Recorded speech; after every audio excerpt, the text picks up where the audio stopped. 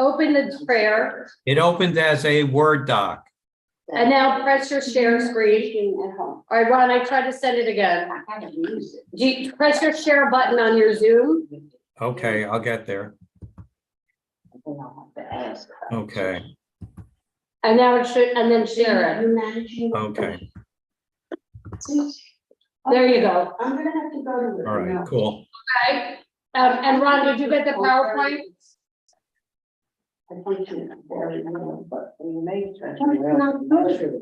Well, I could share it with him if I wanted to, right? Yeah, but just leave it up because it's just one slide, right? Yeah, but I could also do the PowerPoint if you wanted.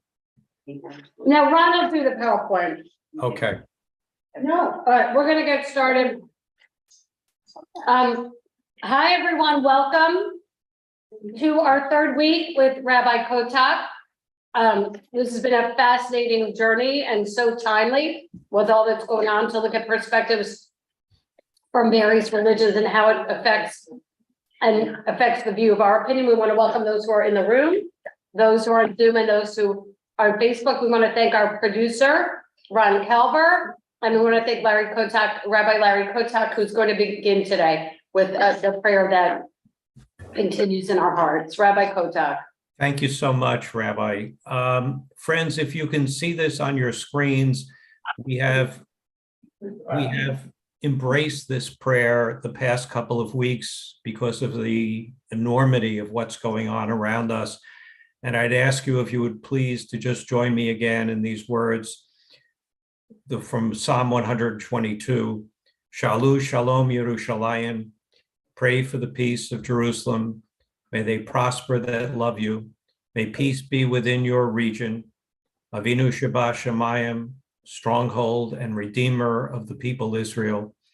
Bless the state of Israel, that it may be the beginning of our redemption. Shield it with your love. Spread over it the shelter of your peace. Guide its leaders and advisors with your light and your truth. Help them with your good counsel. Rock and redeemer of the people Israel, strengthen the hands of those who defend our holy land. Deliver them from danger and keep them safe. Bless the land once again with peace and its inhabitants with lasting joy. And together we say, Amen.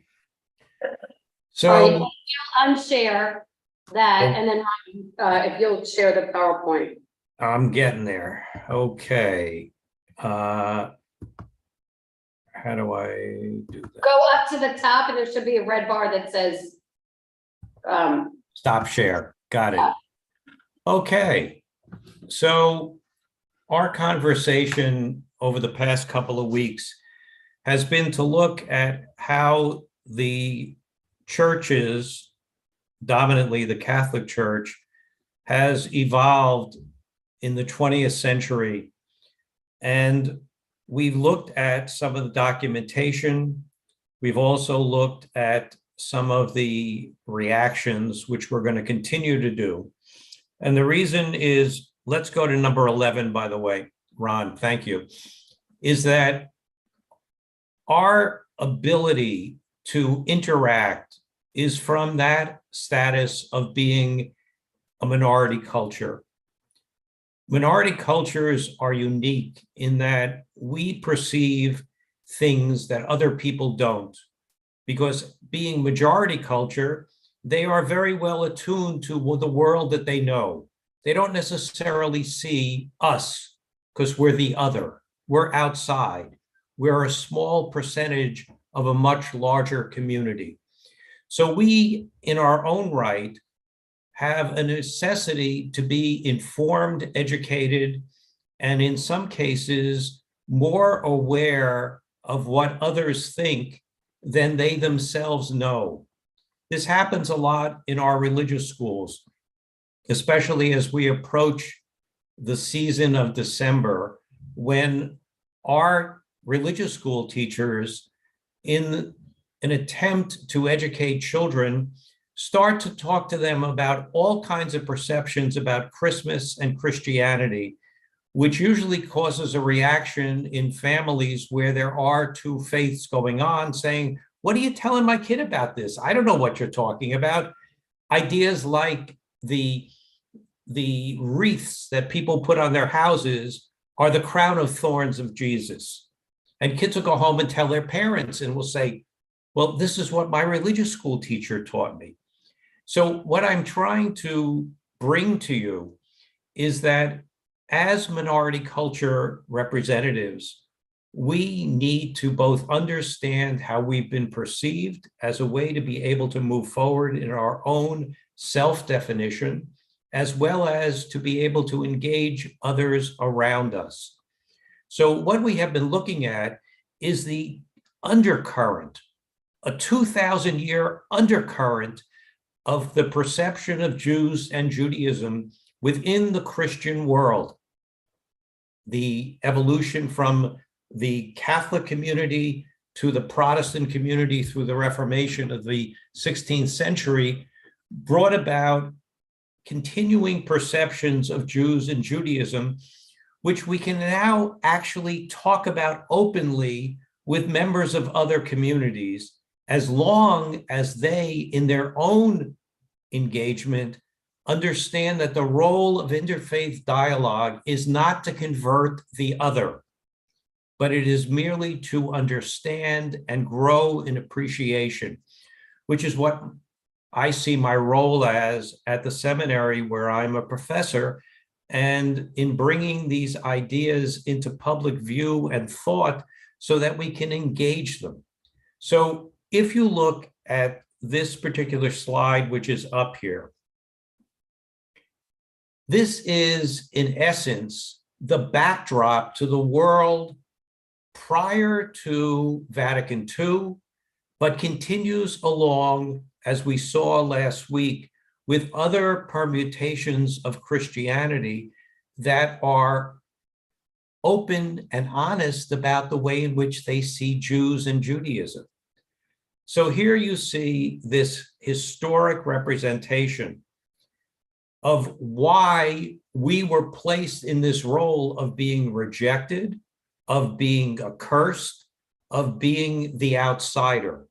We didn't accept Jesus's doctrine. We opposed him. We instigated his arrest. You've heard these kinds of claims about Jews and Judaism. But then it goes on and says, for these sins, we were punished in three ways. We ceased to be the chosen people. They were blinded, so they could not see the truth of Christianity, and they were dispersed among the nations. Once again, never to be reunited until the end of time, when Christ will return to the world to judge the living and the dead, which is in essence the operative theology of evangelical Christianities. Evangelicals, as I mentioned last week, but let me reaffirm it, come in two varieties.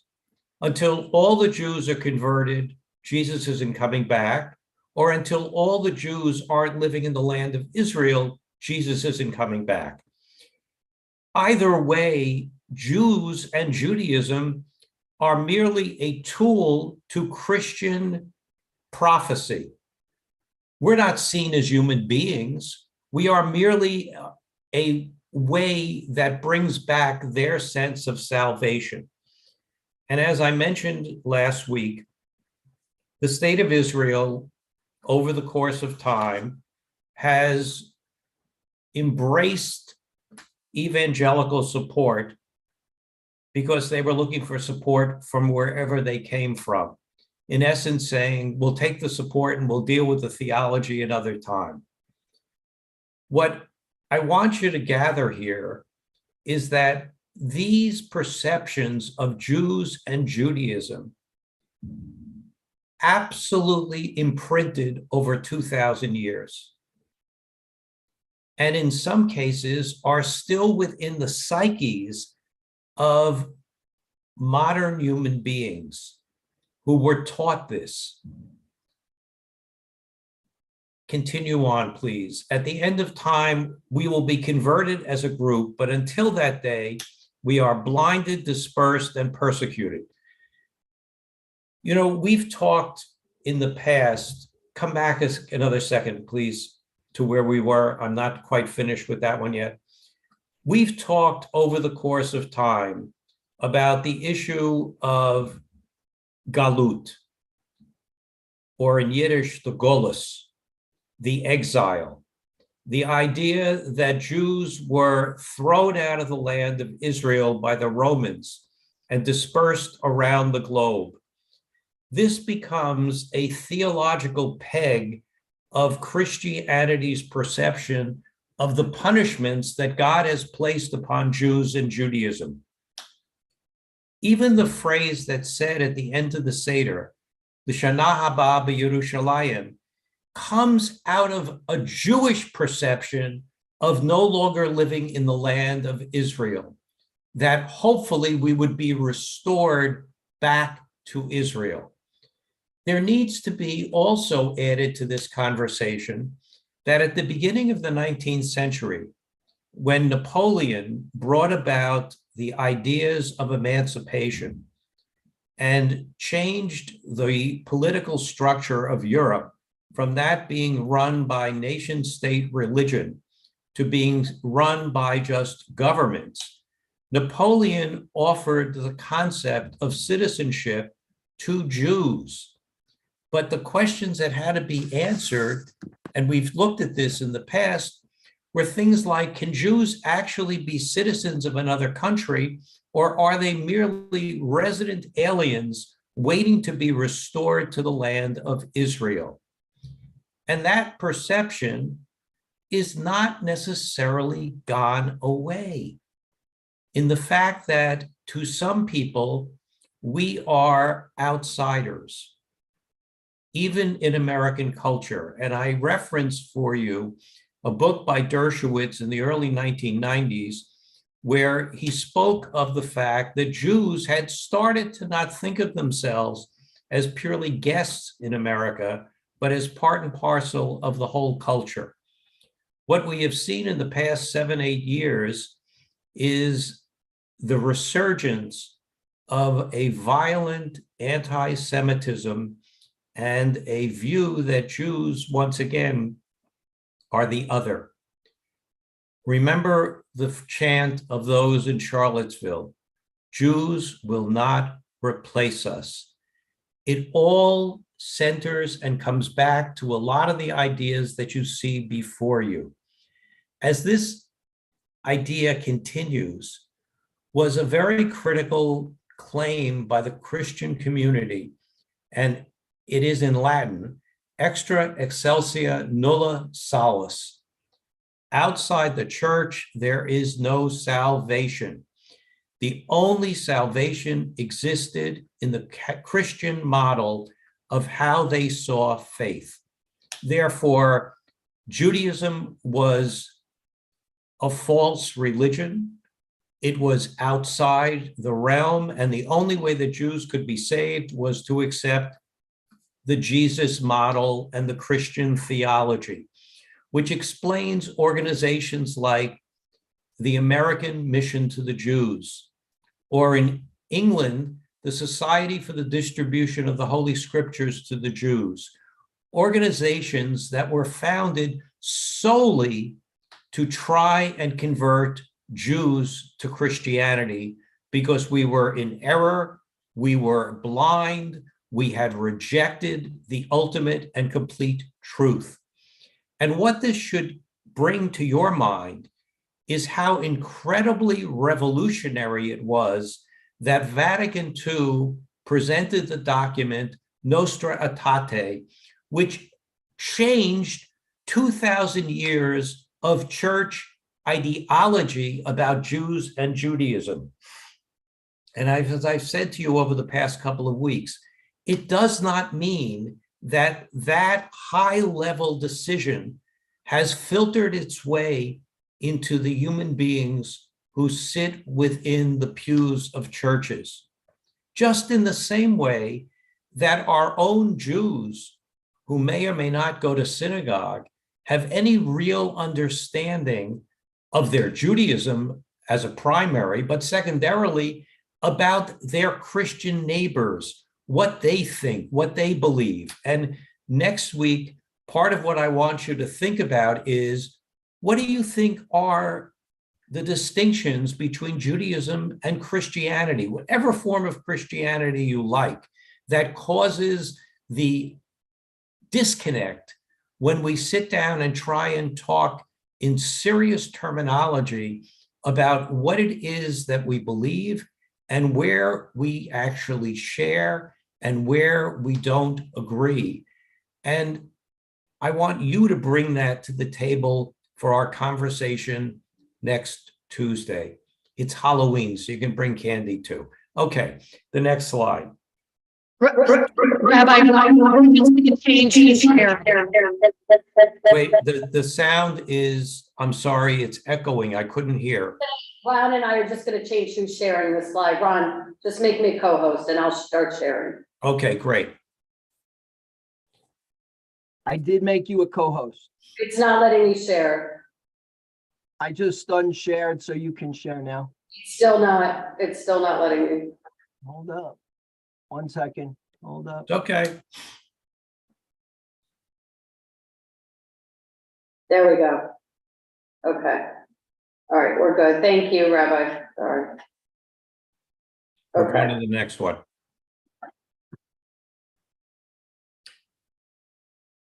Okay. This is the continuation of that ideology. Judaism was useless, invalid way of life, invalid method of worship, which had been rendered pointless by the existence of Christ. Now, when people sit and talk about Judaism and Christianity, they basically just say that the reason why Jews and Christians are different have to do with the Messiah, that Christians accepted the concept of the Messiah as Jesus and Jews rejected it. It's far more complicated than that. And that's what I want you to puzzle through in your minds to bring to the table for next week. But I want you to see how absolutely pervasive and black and white was the belief about Judaism that we inherit in the 20th century and that gets shifted and changed by the church's position about Jews and Judaism. Look at this. We were aligned with the devil. And think about, where would that come from? The fact that Jews continue to exist after Christianity begins is the source of so much of this dislocation. Because in the thinking of the Christian community, how could there possibly be anybody who didn't accept this new truth? And therefore, the ongoing existence of Jews and Judaism was a reflection in their minds that we were aligned with the devil, that we were the Antichrist, that we were in error, and that everything that subsequently happened to us was the punishment on behalf of our rejection of Jesus and Christianity. I want you to also bring this into the context of how we understand God and theology. In a world that is biblical and post-biblical up until the modern age, human beings on earth believed everything was caused by God. They believed, and we've heard words like omniscient, God knows everything, omnipotent, God is in power of everything. And our Torah, when you sit and you study it, reflects a perception of God as controlling everything. And the reasons for things are God decided. That theology transfers itself into the beginnings of Christianity and even exists in Christianity today. And in some ways, it exists in Jewish thinking today, which I believe needs to be updated to the 21st century. Because I'm not really willing to accept the idea that God is this cosmic puppeteer that controls everything from earthquakes to people's illnesses. And as a result, we have to think about not only our own beliefs about God, but how beliefs about God impact us as a people and an ethnic community here in the United States and certainly around the world. We, and as you look at this slide, are put into conspiracy theories along with every other group that is believed to be in league to destroy the church and to get rid of Christianity. This is more than just words on a slide. This is absolute perception within Christian thinking. For some of you who were at an age of awareness when America went through its communist scare in the 1950s, it was very clear when you read about it or you live through it that there was a belief, a powerful cosmic belief that communism was against Christianity and was going to destroy Christianity and take people away from it. Those ideas need to be integrated into the way in which we both perceive what we are, as well as the world around us. Let's take a look at the next one.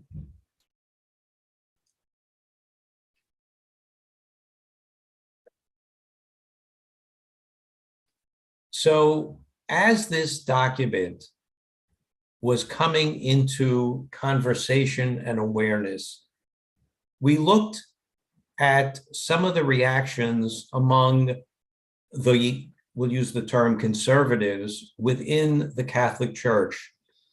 And I pointed out to you last week that close to 100,000 priests in the United States, 25,000 quit being priests because they rejected this liberalism that was taking place in the church, which included a market change in the way in which Jews and Judaism would be viewed. But it's not just them. I want you to take a look at the words that are here. The Arab world got into the conversation, and they saw this liberalization of the idea of Jews as totally unacceptable and linked it to their own perceptions of Jews and Judaism. And it was the world Zionist plot to capitalize on the Vatican against oppression of Palestinian refugees. Not much has happened in the world if you look at the way in which this current circumstance, which was created by Hamas's brutality and rejection of the possibility of the existence of Jews and Judaism, created the circumstance. But you can already see the shift in communal and international perception that now Israel is once again the bad guy when it tries to defend itself against the Hamas, and how Hamas and the Palestinians are linked together as some kind of freedom fighters in their role against the Zionist state of Israel. What I want you to get from this is that the politics of Vatican II and Nostra Aetate regarding us as Jews was not just an inside debate within the Catholic world community, but here even the Middle East engaged it as a way to try and stop this. Look at the terminology here. If a Christian could be pro-Jewish, he could also be pro-Arab. And the Vatican is sensitive to Arab pressure for a variety of reasons. First of all, most of the Catholics in the Middle East live in Arab lands, speak Arabic as their daily language, are drawn from Muslim stock. The major Christian Catholic holy places are in Jordan. Many of us have been very troubled by the way in which Protestant churches have become negative and rejecting of the state of Israel, engaging in BDS, the boycott, divestiture, and sanctions against Israel. And part of the reason for that is they have institutions on the ground in Arab countries and basically are concerned for their own investment as well as their own safety. So they participate in the anti-Israel lingo and behavior. Catholics also have a stake in the Middle East. And part of the politics of the evolution of this is balanced in a way, and maybe not fairly, towards Arab interests. Take a look at the next.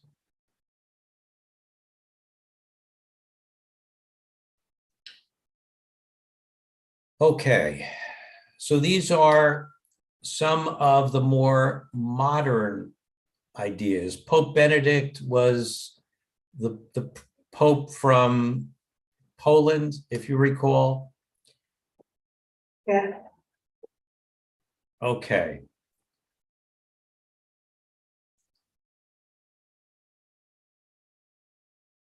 This was a critical shift. I want you to look at it and read the words. While Catholics profess that in the end, all salvation will be accomplished through Jesus Christ, it does not necessarily follow that the Jews are excluded from God's salvation because they do not believe in Jesus as the Messiah of Israel, the Son of God, the Cardinal said. That the Jews are participants in God's salvation is theologically unquestionable, but how that can be possible without confessing Christ explicitly is and remains an unfathomable divine mystery. It's an incredible two-step, don't you think? Mm-hmm. But what I want you to process from this is how incredibly radical this statement is. I showed you earlier this Latin phrase that said there was no salvation outside the church, which has dominated church perception. It's Pope Benedict who got in incredible political hot water when he claimed that Muslims were outside of salvation and not a valid faith group. Keep us out of the mix for just a minute. And let's continue to realize that the Catholic Church does not acknowledge any Protestant community as being whole and complete because they are outside the Catholic Church. There are conversations with Protestant groups, but they are not viewed at the same status or level.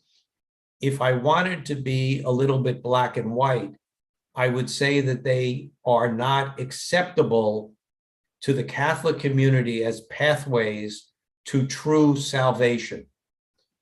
Now, in terms of what we've looked at over the course of today and the past 2 weeks,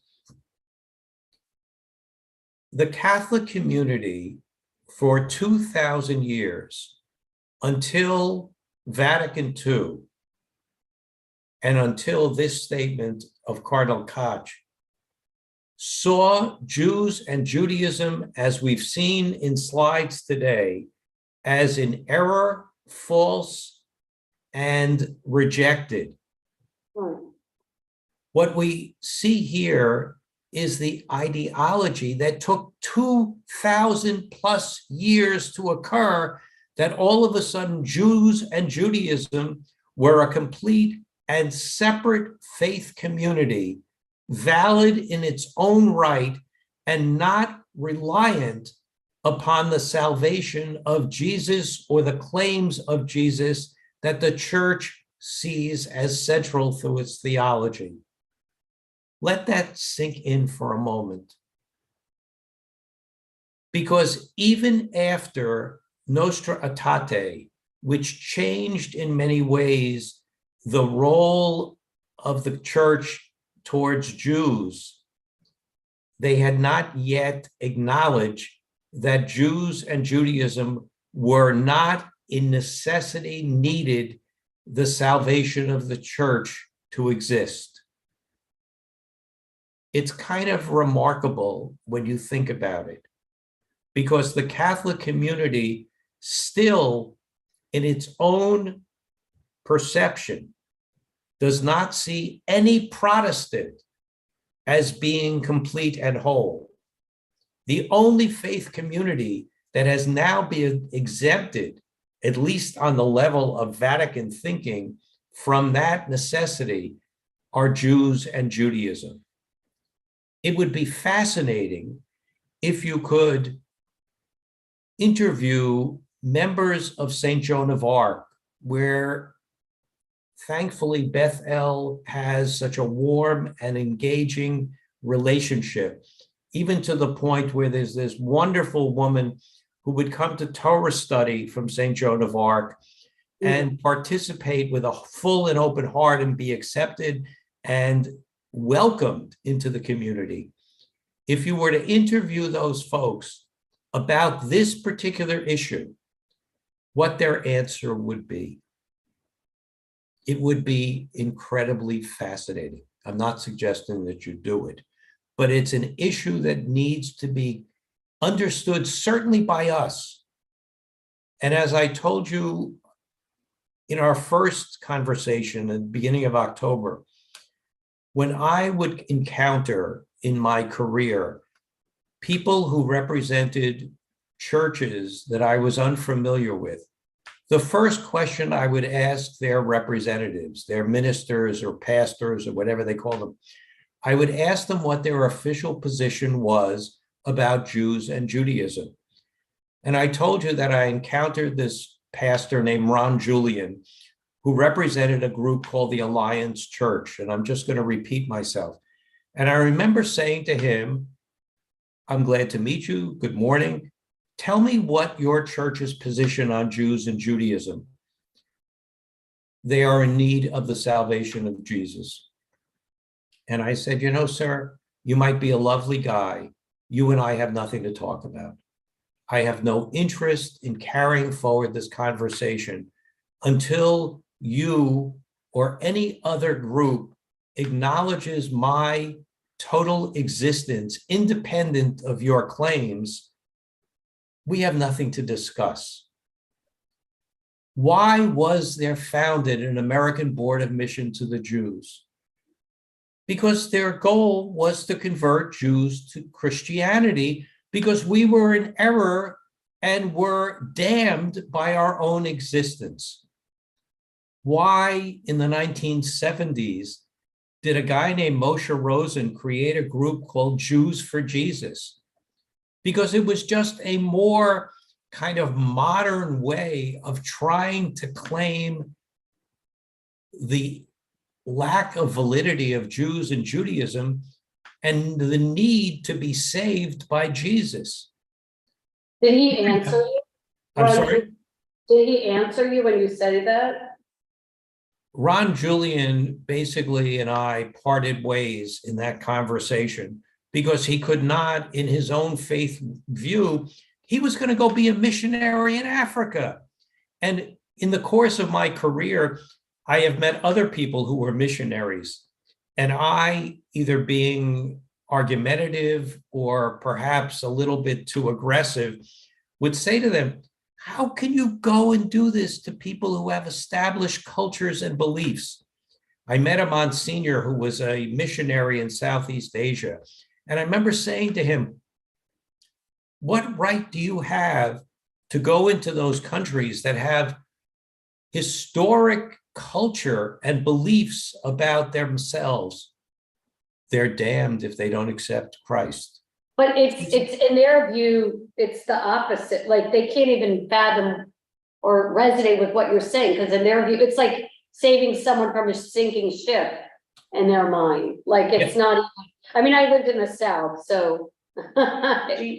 Well, you're right. I mean, there is this perception that they are doing good work and that we are just being stubborn, stiff-necked, the way we are sometimes described in the Bible. And it only becomes a metaphor for Jews' rejection of Christianity. Margaret, I think you wanted to say something. Well, do you think also a part of it is the idea that we can't accept it? It's an insult to them, that it's a personal affront. Yes, there's no doubt that it's even more than that. I mean, why would there be crusades? Why would you go and slaughter Jews and on your way to reclaim the Holy Land from those infidels, the Moors, the Muslims? And we have to put this all into historical kind of context, because some of you read the book by Andre Schwartzbart, The Last of the Just. Oh, yeah. And it's an important book to go back to because Andre Schwartzbart catalogs all of these kind of European slaughtering of Jews and Judaism, not only in terms of who and what were the beliefs, but also because there was a perception, a true core belief, that Jews had rejected the ultimate truth. And that's why they needed to be killed, converted, or shall we say, expelled. Because if you look at the expulsion of Jews in Europe during the Middle Ages, it was an ongoing event. Throw them out of Portugal, throw them out of Spain, throw them out of England. It was very much at the core of what we are looking at today. Now, in the modern world, and Margaret, you're correct, it's toned down a bit. It's an insult. But there are places where Jews are more violently treated. And remember, what's going on between Gaza and Israel today is not just about small issues. These are huge issues, in some cases, ideas that have transcended Christianity and moved into terrorist Islamic perceptions of the world. Let's also remember 100 years ago, almost 100 years ago, when the Nazis came to power, they, in the Nuremberg laws, embraced the formulations of Christianity regarding Jews and Judaism and secularized them into the, and I'm going to use the word with a small t, the theology of National Socialism in terms of the role of Jews. Because the idea of taking Jews and making them into subhuman was part of what we see here and what we've looked at today, where the church taught that Jews were rejected of God, they were blind, they were, all of those terminologies resonated into Nazi propaganda and thought, which allowed the concentration camps and the extermination to take place, and for those who worked there to go home and feel they had done the world a great service because they had rid the world of this vermin that called itself Jews or Judaism. Let's go on.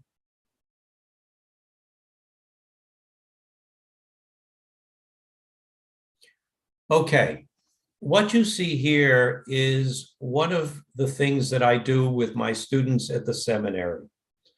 One of the first things that I ask them to do is to, without looking at any resources, without looking at any online documents, tell me what you know about Jews and Judaism. Now, our students have all graduated college. They're all in graduate school. Some of them didn't go to the best colleges you could imagine. Some of our international students from India and Nigeria and countries in South America went to college, but don't really have a lot of experience. So what I have presented here, and you'll see another one or two, are the responses of my students to this question, what do you know about Jews and Judaism? So let me just read it as you look at it. I'm going to be honest. I was avoiding this email because I was confronted by the fact that I know very little. I have not had the opportunity really in the past to meet with many Jews or to learn much about your culture. The only preconceived notions which I have in my mind are formed from reading the Bible from a Catholic standpoint and simply seeing Jews as those who came before us and gave us the Old Testament. I wish I knew more. Since I have never really kept current on anything news related to or the like, I have no knowledge about what modern day Judaism looks like. That's really a big part of why I am in this class. Process that through in your minds. This is a young man who is open, and it's part of what my blessing is to be a professor at the seminary. Because the seminary, which is a wonderful institution, has finally acknowledged they're not the only voice in the world. And that's why I'm able to do the things that I do when I'm there. And I think about how incredibly open and honest this young man was about the fact that he doesn't know anything. He never really encountered Jews or Judaism. And all he really knows is what he's been formed from Catholic perceptions. Anybody have a reaction to this before we go on? You have to find out what those perceptions are. Yeah.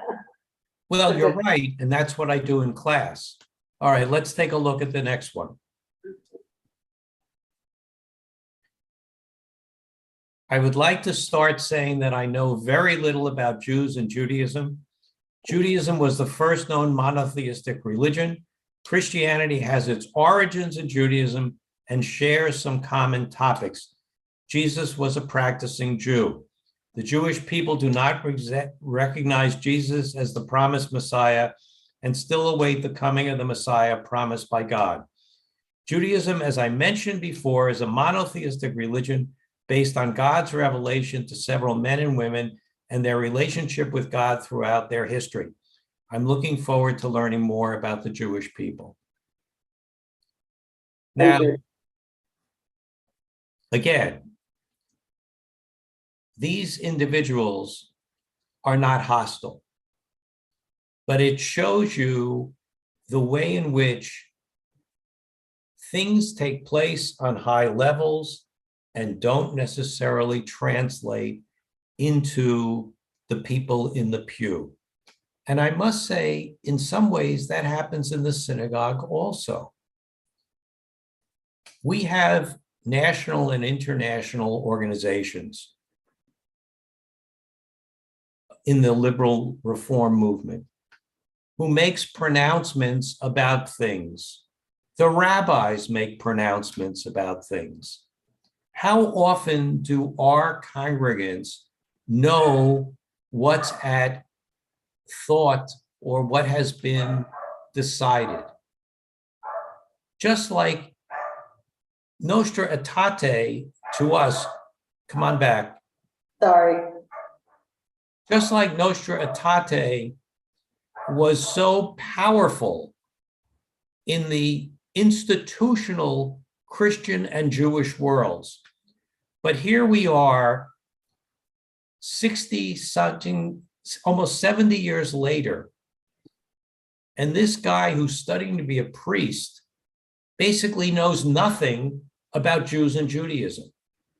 Whereas, as I started off today, Jews feel compelled because of minority culture status to have to know about, not everybody, but a lot of people about the world around us so we can engage in a very informed way. Part of what I tell my students my goal is to make them competent to have a reasonable conversation with the rabbis in the communities that they will go to serve in. Now, the question, as we talked about the first week, was, are the rabbis themselves knowledgeable enough to be able to have those conversations? And I've said to you that within the conservative and the Orthodox movement, almost universally, they never studied any of this. They had no interest in it. They were there to serve the Jewish community. And though they could smile and shake hands, they never really in depth engaged the ideas because they didn't think they needed to go beyond the boundary line. In the 21st century, in 2023, I don't think we can do that anymore, especially with what's going on in the Middle East today. It's complicated for sure. It's historic for sure. There are competing narratives that don't intermix between what Israel as a nation says and its Arab neighbors say, which is another reason why it is critical that more in-depth learning take place for the Jew in the pew to understand what is going on in the Middle East. And a commercial, and I hope it will come to be, I've spoken with Rabbi Jessica about the possibility in March to be doing an in-depth study on the history of the state of Israel, its role in the Middle East, and the reaction of Middle East governments over the course of history to the existence of Jews and Judaism in the land of Israel. We'll see if that happens. Okay, let's take a look at the next one.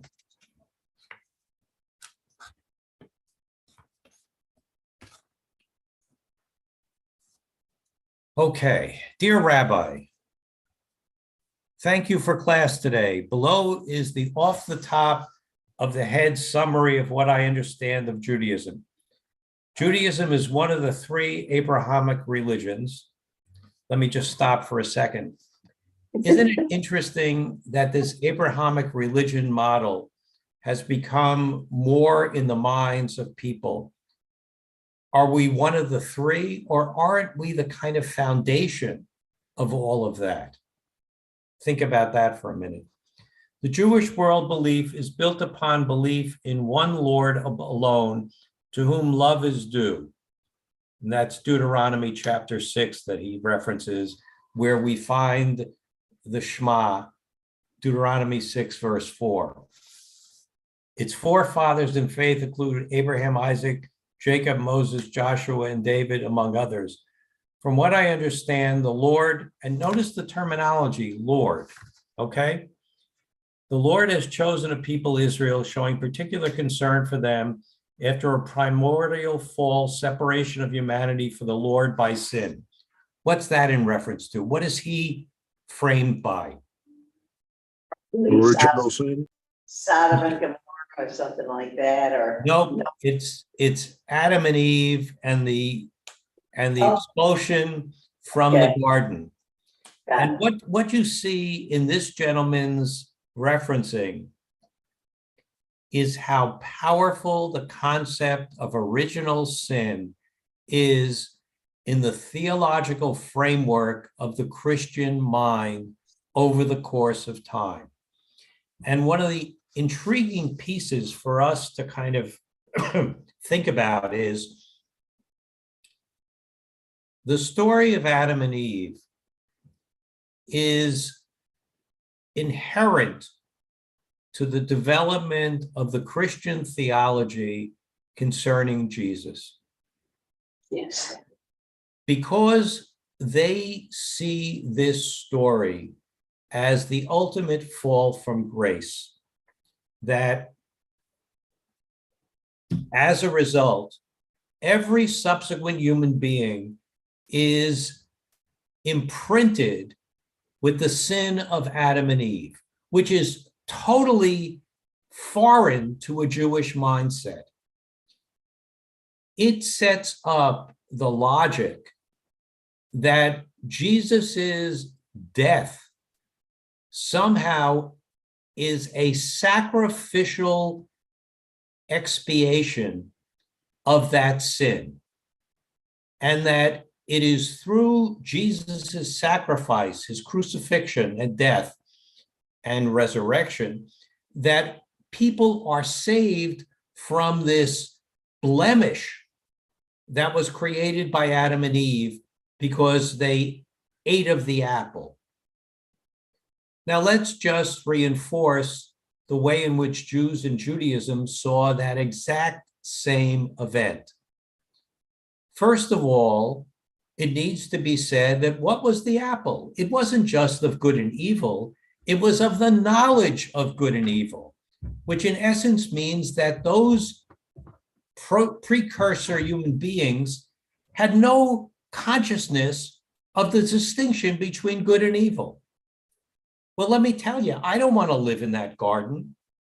In essence, you either are a newborn, you had a lobotomy, Alzheimer's, or something else to be able to live in the garden. But to the Christian mind, that was the ideal state of human beings. In the Jewish perception, we believe that that is the blessing of human responsibility, that we need to be aware of the distinction of good and evil and the consequences that that brings. That is, in our view, the ultimate role and responsibility of the existence of human beings. Remember, this is before there is any Jews or Judaism with Abraham in chapter 12. So that when I teach this, and as I'm going to say right now, I look at this story from its conclusion, because I believe the question is, life's tough. Remember the end of the story of the Garden of Eden? Women will have pain and travail in childbirth. Men will have the toil, the sweat of their brow to till the earth. In essence, life isn't easy. Well, what would it be if life was easy?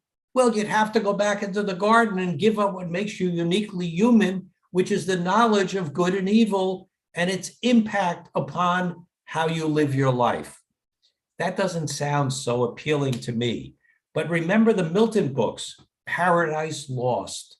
This became the paradigm of early Christianity and carries through even to today, that this was the reason and the source and the model of sin management that Christianity brings into the fold, which is very much in the perception of the modern Christian.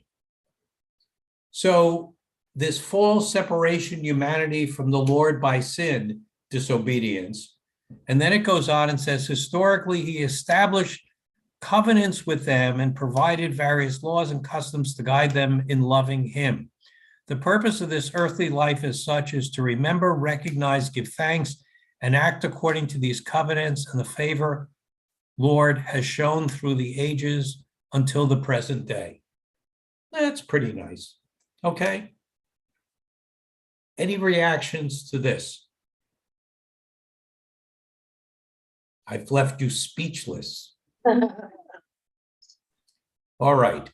We're nearing, I think, the hour, but I wonder if there are any questions or ideas that anybody wants to share at this moment. Well, it seems like it's a we them thing. These various laws, the covenant, this, it's about them. Well, look, we all perceive the world from our own onion, okay? And the question is, how broad can you be in understanding another human being? In psychology, there's a thing called the human analogy, which is a fallacy, which says that because I feel this, everybody else must feel exactly the same way. And we need to grow beyond that because it isn't accurate. It's the way we interpret or feel. And part of what we're learning, hopefully, is that in interreligious and interfaith dialogue, we need to be aware of ourselves, but not necessarily assuming that other people either think the same way, feel the same way, or believe the same way. So don't forget your own homework, which is what are the distinctions that define the interrelationship of Jews and Judaism, not just the Jesus thing. What other things can you think of? Any other thoughts around the world? Oh my gosh.